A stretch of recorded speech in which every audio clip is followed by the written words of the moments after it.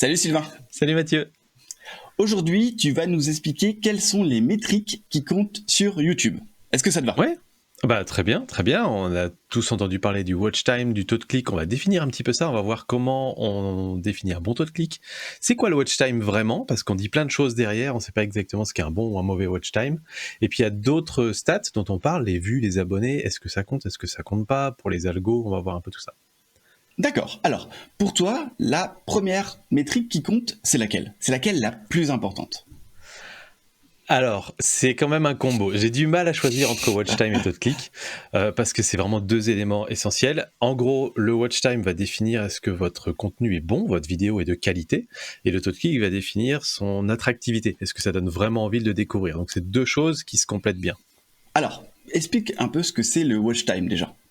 Ok, alors le watch time, on appelle ça la durée moyenne de visionnage en français. Et en fait, c'est, en gros, si je donne un exemple, tu prends une vidéo de 10 minutes. Si en Mhm. moyenne, elle est regardée pendant 50% du temps, ce qui est déjà pas trop mal, ça fait 5 minutes. Donc 5 minutes, c'est le watch time de cette vidéo.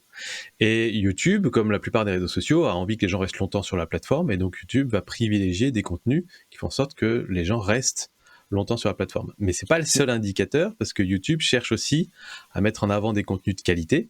Et un contenu de qualité, c'est souvent un contenu que les gens regardent longtemps en pourcentage. Et donc c'est un peu une combinaison des deux que YouTube va regarder en fait en réalité.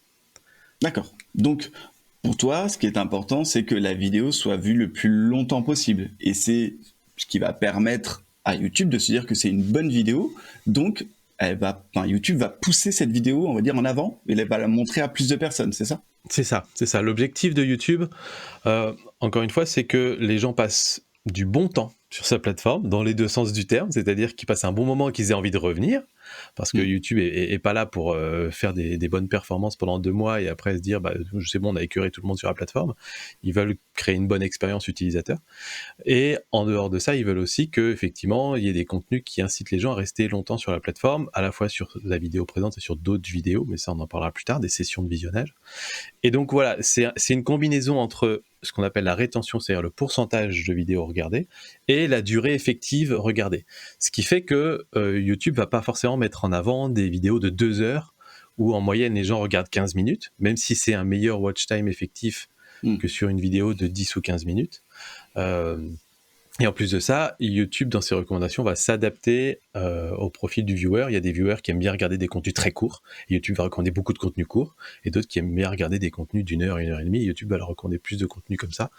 Mais voilà, globalement, gardez en tête qu'aujourd'hui, en tout cas en 2022, quand on en parle, pour la plupart des chaînes type éducatives, etc., on va essayer de viser des vidéos qui tourne autour de 8, 10, 15, 20 minutes. C'est un bon démarrage pour une chaîne d'entreprise. Donc si vous faites que des vidéos qui font 3-4 minutes, il y a peu de chances que YouTube les mette en avant parce que vous aurez une durée moyenne de visionnage trop courte et donc c'est pas intéressant pour YouTube de prendre un spot de recommandation pour recommander un contenu qui va durer 2 minutes. Des contenus très longs, c'est très difficile quand on démarre de faire des contenus qui donnent envie de regarder très très très longtemps. Donc voilà, gardez en tête en gros 10-15 minutes, c'est bien. D'accord. Donc, en fait, faire des contenus pas trop courts, pas trop longs, et qui sont vus le plus longtemps possible. Alors, juste comme ça, je pense qu'on fera un épisode complet dessus, mais est-ce que tu aurais 2-3 conseils pour améliorer le watch time et la durée de visionnage d'une vidéo? Vraiment, allez, en 3-4 phrases, hein, sinon on va y Alors, passer 2 heures. j'aimerais bien te retourner la question parce que toi, tu accompagnes beaucoup d'entrepreneurs qui débutent sur YouTube et Mm. du coup, je voudrais savoir comment tu les accompagnes là-dedans, justement. Alors, comment je les accompagne? Pour moi, ce qui est déjà important, que ce soit la durée du visionnage ou le watch time, c'est de bien entrer dans la vidéo.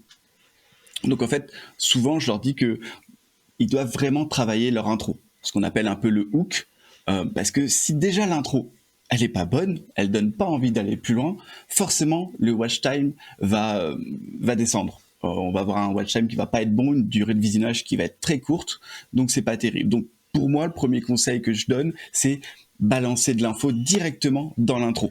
Voilà, on n'est pas là pour faire du suspense. Quand on a un titre de vidéo, répondez directement à la question et après développez.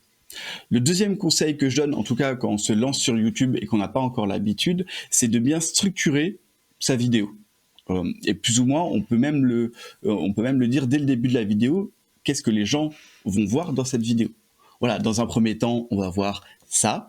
après on verra ça, et à la fin on verra ça. Ce qui va permettre aux viewers d'avoir déjà plus ou moins sa structure en tête et d'avoir envie de regarder la suite de la vidéo. Voilà. Après, on va dire que ça va être plutôt au niveau du montage. Pour avoir une bonne durée de visionnage ou un bon watch time, ça va être de faire, on va dire, un montage un peu dynamique. Hein. C'est ce qu'on voit depuis quelques temps maintenant sur YouTube. C'est-à-dire, on enlève les blancs, on enlève les passages où on se répète, on essaye un peu de changer de plan, d'avoir une certaine dynamique dans la vidéo, ce qui va permettre aux spectateurs de pas s'ennuyer. Hein. Ce que je dis souvent, et je crois qu'on en avait déjà parlé, le but, c'est d'empêcher les spectateurs de partir. Donc, toutes les parties où on se répète, où il y a du blanc, où il y a des E, ou qui sont pas clairs, on les supprime. Je préfère, un peu comme tu le disais, avoir une bonne vidéo de 8 minutes, plutôt qu'une vidéo trop longue de 15 minutes, où on se fait chier, hein, tout simplement. Bon, je sais pas ce que tu en penses de ces conseils. Ouais, ça me paraît hyper juste, et tu l'articules très bien. Les premières secondes sont vraiment cruciales. On le voit hein, dans les analytics, on a accès à nos courbes de visionnage et on peut voir qu'au démarrage, il y a toujours un décrochage d'audience. C'est-à-dire que sur 100 personnes qui cliquent, il y en a au moins 20 ou 30 qui vont quitter la vidéo dans les 30 premières secondes. L'enjeu de ces premières secondes, c'est d'éviter qu'il y en ait 50. Parce que s'il y en a 50, non seulement ça veut dire que vous allez avoir que la moitié des gens qui vont regarder votre vidéo, et en plus de ça, c'est un mauvais signal pour YouTube, parce que YouTube se dit « Ah, peut-être que du coup, le titre et la miniature étaient trompeurs, si la plupart des gens quittent la vidéo dès le début. » Et ça, YouTube, ça leur fait très très peur de mettre en avant des contenus trompeurs. Ils veulent surtout pas. Donc, c'est un mauvais signal, et vous pouvez être certain que votre vidéo ne sera pas mise en avant par l'algo, si ça décroche au début. Donc ouais, ça c'est vraiment crucial, et du coup pour ça il faut un peu oublier ce qu'on a appris à l'école, le fameux introduction, le plan en 3 parties, etc. Et je suis plutôt d'accord avec toi, l'idée le plus simple pour commencer, c'est rentrer direct dans le contenu. Vous voulez faire un tuto pour utiliser un logiciel, et vous démarrez tout de suite en disant ce logiciel permet de faire ça, et on est dans le logiciel, voilà comment on commence. Et en 4 secondes, vous êtes déjà dans le logiciel. Vous ne commencez pas par dire pourquoi ce logiciel est important, pourquoi vous devez vous y intéresser. Si les gens ont cliqué, c'est qu'ils savent déjà que c'est important pour eux. Il n'y a pas besoin de refaire toute l'introduction. Et ça, c'est un truc que je vois, moi, sur beaucoup de chaînes YouTube de profs. Ils ont énormément de mal à se détacher justement de cette partie introduction, de pourquoi c'est important, etc. Parce qu'ils font ça dans leurs cours. Et donc, rentrer direct dans le vif du sujet, ils n'ont pas l'habitude, quoi. Donc, c'est marrant. Alors, on voit ça sur d'autres chaînes, je trouve, des chaînes un peu review produits. Des chaînes qui vont parler d'un certain produit ou d'un certain logiciel, comme tu le dis, et qui vont mettre 2-3 minutes avant de montrer le produit ou avant de montrer le logiciel. Et c'est affreux, parce que moi, comme tu dis un peu, quand tu cherches un tuto sur un produit, t'as envie qu'on rentre direct dedans. Quand je regarde une review sur dernier Samsung, un téléphone portable, j'ai pas envie de voir le téléphone au bout de 3-4 minutes. J'ai envie de le voir tout de suite. Ouais. Au bout de 3-4 minutes, en fait, je serai déjà plus là. C'est ça. En fait, on zappe très facilement sur YouTube. Soit on est sur un smartphone, soit on est sur l'ordinateur avec la souris sous la main. Donc, c'est hyper facile de zapper. Si on a moins de hésitation à un moment, on va aller voir ailleurs. Donc, faut vraiment donner tout de suite ce que les gens sont venus chercher. Ok, donc bon, je pense qu'on a fait le tour sur le watch time. On pourrait encore en parler pendant des heures, mais je pense que déjà, on a une bonne base. Alors, après, moi, je vais te donner mon avis. Pour moi, le watch time, c'est souvent c'est souvent la métrique, la deuxième métrique la plus importante. Pour moi, la plus importante, c'est le taux de clic. Est-ce que tu peux expliquer aux gens, c'est quoi le taux de clic, Sylvain ? On va essayer, parce que le taux de clic, c'est une métrique qui est très spécifique à YouTube, à Google aussi d'ailleurs, mais qu'on retrouve pas sur la plupart des autres réseaux sociaux. La plupart des réseaux sociaux, ça va être LinkedIn, Instagram, Facebook, TikTok, etc., fonctionnent par feed. C'est-à-dire que c'est le réseau qui vous propose un contenu à la fois, et vous glissez pour choisir celui qui vous plaît, mais c'est la plateforme qui vous les propose. Sur YouTube, c'est différent, parce que la plateforme vous propose plein de contenus, et c'est à vous de choisir. Donc vous avez un choix entre 10, 12, 20, 30 options, et c'est vous qui choisissez celle que vous allez visionner.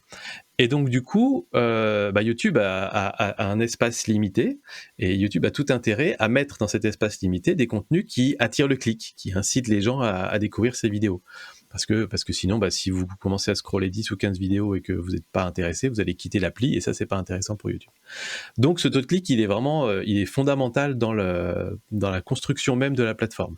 Et aujourd'hui, c'est même, je suis d'accord qu'en termes de performance de vidéo, on le constate, même si c'est pas forcément toujours idéal, mais on constate qu'il vaut mieux avoir une vidéo un peu moyenne avec un super taux de clic qu'une vidéo excellente avec un mauvais taux de clic. Ce sera toujours un peu plus mis en avant une vidéo moyenne avec un super taux de clic. Donc, très important à travailler ça. Non, mais je suis tout à fait d'accord, hein. C'est ce que j'explique donc aux personnes que j'accompagne. C'est très bien d'avoir une vidéo géniale, super bien structurée, avec une super accroche, vraiment de l'information de la vidéo. Le problème, c'est que si personne ne clique dessus, bah, personne ne voit cette vidéo. C'est pour ça que moi je pense que l'autoclic, c'est une des choses qu'il faut travailler au départ. Alors même si après le contenu, vous n'êtes pas aussi fort que vous le voulez, mais déjà essayez d'attirer les gens sur votre vidéo. Et il y a deux manières de faire augmenter son taux de clic. C'est de travailler les miniatures, parce que c'est la première chose qu'on va voir quand on arrive sur YouTube, que ce soit sur un ordinateur ou sur smartphone. Et la deuxième chose à travailler, c'est le titre.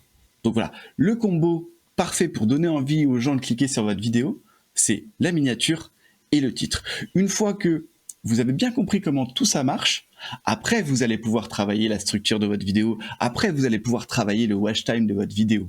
Mais encore une fois, je le répète, vous avez beau avoir la meilleure vidéo du monde, si personne ne clique dessus, et bah personne ne la voit.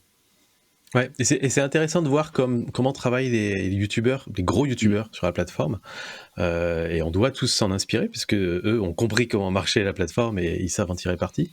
La plupart des gros youtubeurs, ils commencent avec une idée de titre ou de miniature. En général, ils ont le titre et la miniature. Et après seulement, ils se disent, OK, maintenant que je sais que ce titre-là, je pense qu'il va bien marcher, comment je vais construire ma vidéo derrière ? Là où nous autres entrepreneurs, en général, on a tendance à se dire, il y a ce sujet-là qui est vraiment très important, donc il faut que j'aborde ce sujet, je vais écrire ma vidéo, je vais la tourner, et une fois que la vidéo est en ligne, on se dit, OK, du coup, je mets quoi comme titre, je mets quoi comme miniature ? Et ça, on fait le truc à l'envers, on est hyper limité dans le titre et la miniature à ce moment-là, et c'est souvent là où on est un peu mauvais et on le fait pas très bien. Donc moi, ce que je peux vous recommander, et je sais que c'est un effort au début, parce que c'est pas évident, c'est de commencer par trouver des idées de titres, et après, vous verrez comment vous pourrez traiter vos sujets via ces titres-là, parce que ça va vous permettre de créer des concepts de vidéos plus intéressants. Non mais c'est ça, comme tu le dis, c'est l'idée de base. En fait, le titre et la miniature vont nous donner un angle pour la vidéo. On peut traiter un sujet de 1000 manières différentes, tant qu'on trouve un angle différent à chaque fois. Et forcément, comme tu le dis, la mécanique de titre et ce qu'on va mettre en avant sur une miniature va nous aider, parce que ça va nous aider aussi pour l'intro. Voilà, parce que souvent, on va peut-être poser une question, on va jouer sur la curiosité avec le titre et la miniature. Le but, ça va être d'y répondre assez rapidement dans l'intro, et derrière, toute la construction de la vidéo va être beaucoup plus simple. Alors, c'était sur LinkedIn, je m'étais amusé à faire un post pour dire c'est quoi la différence entre un bon youtubeur et un youtubeur qui démarre. Un peu comme tu le dis, c'est-à-dire qu'un bon youtubeur, un gros youtubeur, il commence par le titre et la miniature, puis il fait la vidéo. Et un youtubeur qui démarre, il fait la vidéo, il arrive à la fin de la vidéo, il se dit mince, qu'est-ce que je vais mettre comme titre, qu'est-ce que je vais mettre comme miniature ? Et allez, dans 90% du temps, il va prendre son rush, il va faire un screen, et la miniature, ça va être lui pendant la vidéo. C'est ça. Alors, ça peut marcher, hein, attention, je dis ça peut marcher. Mais effectivement, si vous voulez prendre de bons réflexes dès le départ, commencez vraiment par imaginer le titre, visualiser la miniature, et après, ce sera beaucoup plus simple. Est-ce que je peux illustrer avec un exemple ? Au contraire. Donc c'était au contraire, je peux pas. C'était pour un client qui donc lui est spécialisé dans tout ce qui est animation de réunion à distance, et il commence à s'intéresser énormément à tout ce qui est réalité virtuelle, donc des animations avec des casques VR, etc. Et il voulait parler des différentes applications pour travailler à distance en réalité virtuelle. Et donc l'idée de départ, c'était c'était mon sujet, et je vais faire par exemple un top 5 des applications pour faire de la réalité virtuelle. Et on a d'abord justement été chercher des idées de titres. On a été voir ce qui marchait sur des articles de journaux, ce qui générait du clic sur Google, sur YouTube, un petit peu partout. On a compris qu'à ce moment-là, le terme métaverse était très à la mode au moment où on a sorti la vidéo. Et on s'est dit, en fait, il faut un truc un peu extrême. Tu peux pas faire 3 applications pour travailler dans le métaverse. Il faut faire un truc, une expérience à la limite, et qu'on ait envie de suivre cette expérience. Donc on s'est dit, ok, Ok mec, tu vas faire une journée entière de travail dans le métaverse. Et on a trouvé un titre qui nous paraissait assez parlant, qui était j'ai travaillé 10 heures dans le métaverse, un truc comme ça.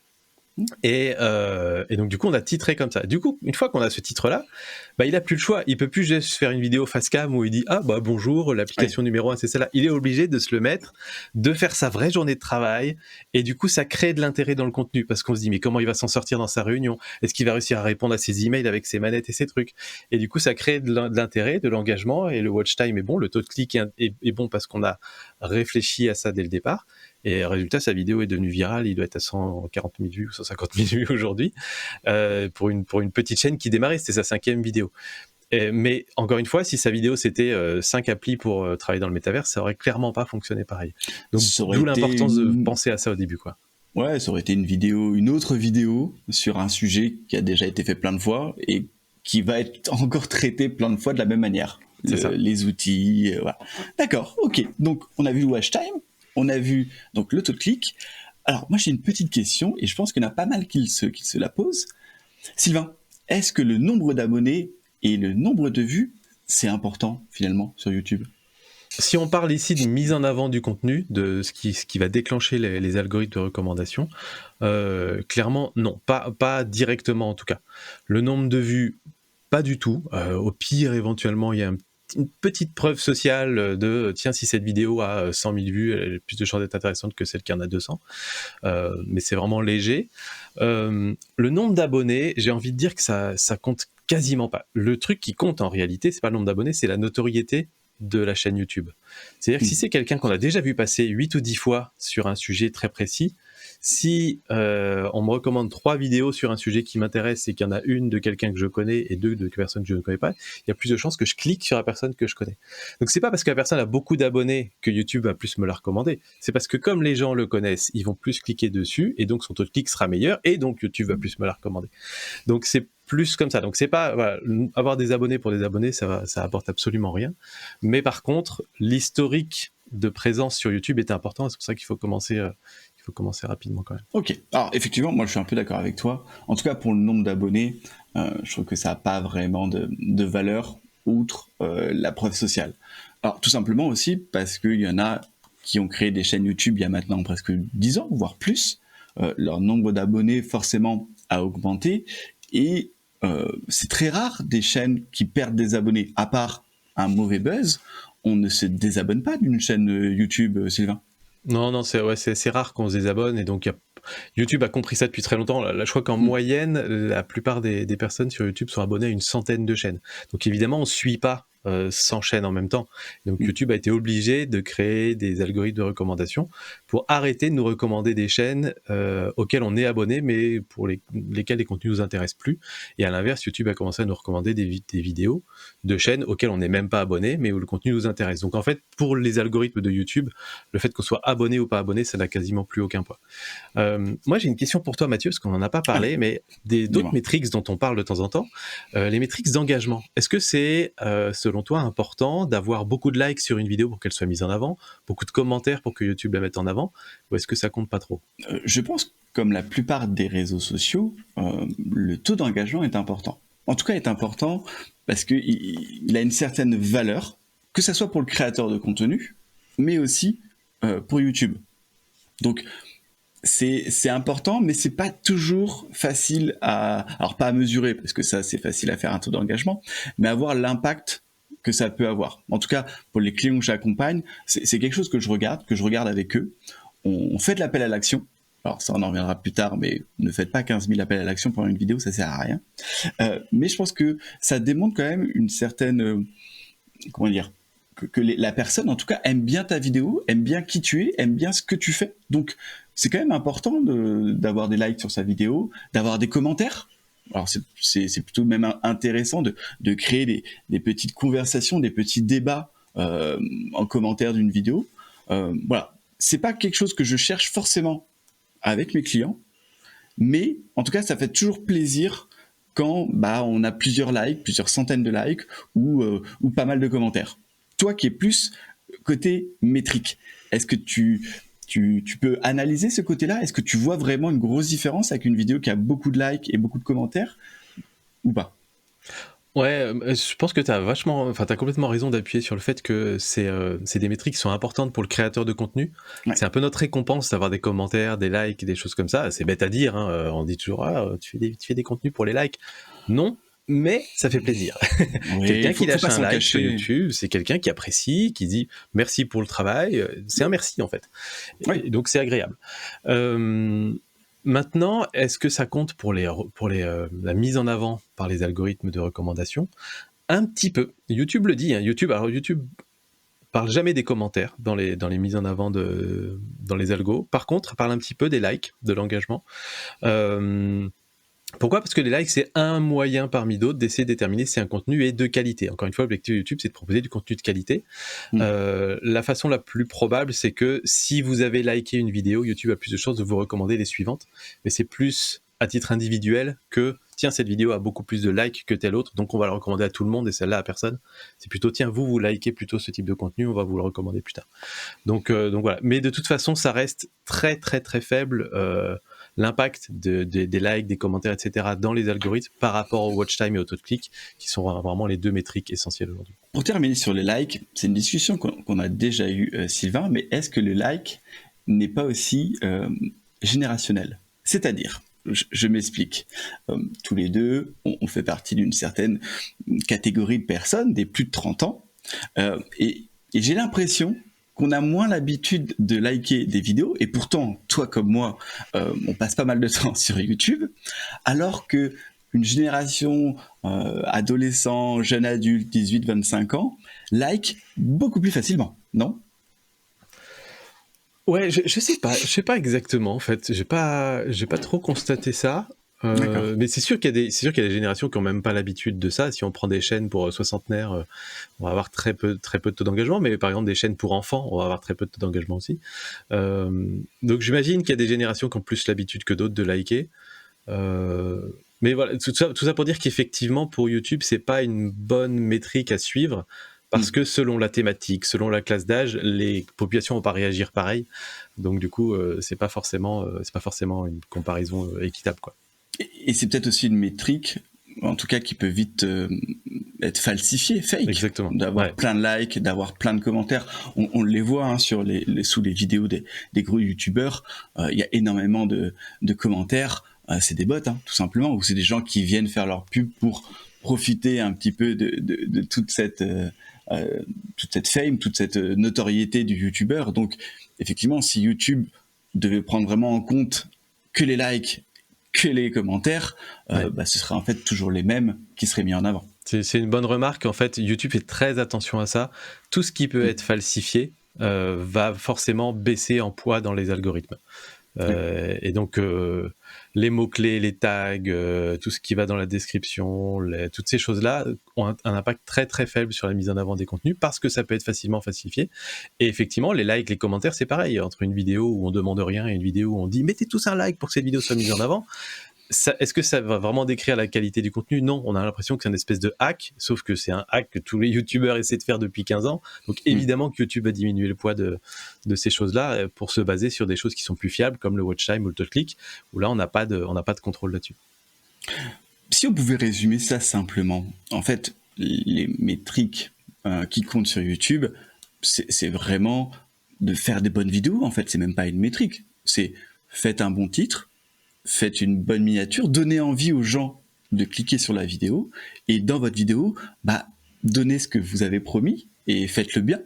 En fait, Oui, est-ce que voilà, c'est ça? c'est un peu le conseil bullshit, c'est Oui, de dire ah bah pour réussir sur YouTube c'est facile, faites des vidéos qui intéressent les gens et puis faites des bonnes vidéos. Mais après voilà, tout est dans comment on fait des bonnes vidéos qui intéressent les gens. mais Mais oui, c'est bien résumé, c'est effectivement. le but C'est de ce effectivement ça. podcast, ça va être d'aider vraiment les personnes à faire des bonnes vidéos. Après, Voilà. on va expliquer comment faire des bonnes vidéos, mais il n'y a que ça de vrai. Pensez d'abord à la personne qui va voir la vidéo. Après, nous, on va vous aider dans certaines mécaniques, dans certaines structures. Voilà, on est là pour vous conseiller, mais pensez toujours à la personne qui va regarder la vidéo. Voilà. Pensez à Il la peut y personne avoir qui va des regarder la miniature, qui va voir votre titre. Pensez d'abord à l'humain au lieu de penser trop aux robots, aux IA et compagnie. C'est ça, c'est ça. Il peut y avoir des petits hacks de temps en temps. La difficulté, c'est que dès qu'il y a un hack, il y a des gens qui vont abuser. Donc YouTube va essayer de se battre contre. Et donc le hack va marcher un temps, puis après il marchera plus. Le seul truc qui marchera toujours, c'est si vous faites des bonnes vidéos qui intéressent des gens, ça restera des bonnes vidéos et ça continuera d'intéresser les gens. Et du coup, vous misez sur le long terme en jouant comme ça. C'est vrai que ça fait très bullshit ce qu'on dit à la fin. Mais, mais bon, on n'y peut rien, hein. Au bout d'un moment, voilà.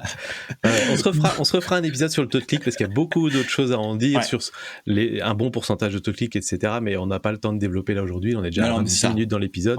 On veut rester à 20 minutes, donc je pense qu'on va s'arrêter là. Petit appel à l'action, Mathieu. Oui, alors si vous voulez nous retrouver, vous aurez dans la description de cet épisode le lien vers donc le post LinkedIn. Peut-être une question à leur poser, Sylvain? Bonne question. Eh ben je ne sais pas. Moi, je vais leur poser. Voilà, si vous écoutez ce podcast et que vous êtes à la fin de cet épisode, alors déjà vous êtes des guerriers. Merci beaucoup pour tout ce que vous faites. Mettez-moi donc sur le post LinkedIn quelles sont pour vous les métriques que vous avez l'habitude de regarder et celles que vous n'avez jamais regardées. Moi, ça m'intéresse de savoir ce que font vraiment les gens et pas ce qu'on fait nous. Ouais. Nous, on le sait. Voilà. Sinon, n'hésitez pas à vous abonner à ce podcast et si vous êtes très sympa, allez nous mettre 5 étoiles sur Apple Podcast. Et sinon, continuez à nous écouter. Hein, je pense que c'est la meilleure chose que vous pouvez faire pour nous aider. Plein de bonnes choses qui arrivent. À bientôt. Merci beaucoup. À bientôt. Ciao.